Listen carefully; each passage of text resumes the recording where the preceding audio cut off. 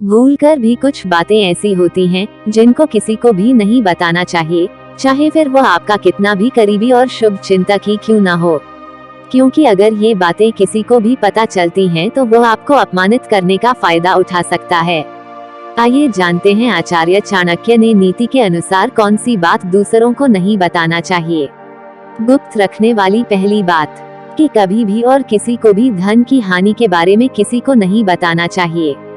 कई बार धन की हानि होने पर दुखी होकर दूसरों को बता देते हैं, जो कि गलत है।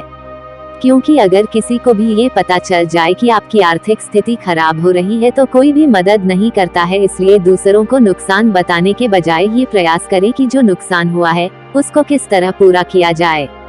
गुप्त रखने की दूसरी बात, कभी भी किसी को अपने परेशानियों और दुखों के बारे में नहीं बताना चाहिए। अगर आप किसी को अपनी समस्याओं के बारे में बताते हैं तो दूसरे इसका मजाक बना सकते हैं।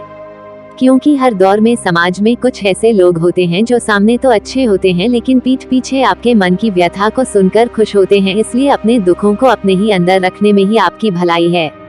गुप्त रखने की तीसरी बात है कि अपने घर की महिलाओं के अच्छे और बुरे व्यवहार और के बारे में भी किसी को नहीं बताना चाहिए। समझदार पुरुष वही होता है जो घर की बातों केवल घर में ही रखता हो। अगर आप घर की जरूरी बातों, लड़ाई झगड़े या फिर सुख दुखों के बारे में बताते हैं तो भविष्य में आपको दुष्परिणाम झेलने पड़ सकते हैं। चाणक्य ने कहा है कि महिला हो या पुरुष, उनके अपने साथी के बारे में भी कभी दूसरों को नहीं बताना चाहिए।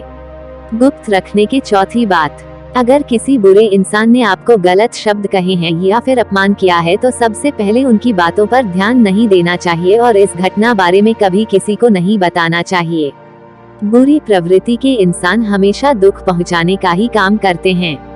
अगर ऐसी घटना के बारे में लोगों को बताएंगे तो आगे चलकर आपका मजाक बना सकते हैं, जिससे आपके सम्मान में कमी आ सकती है।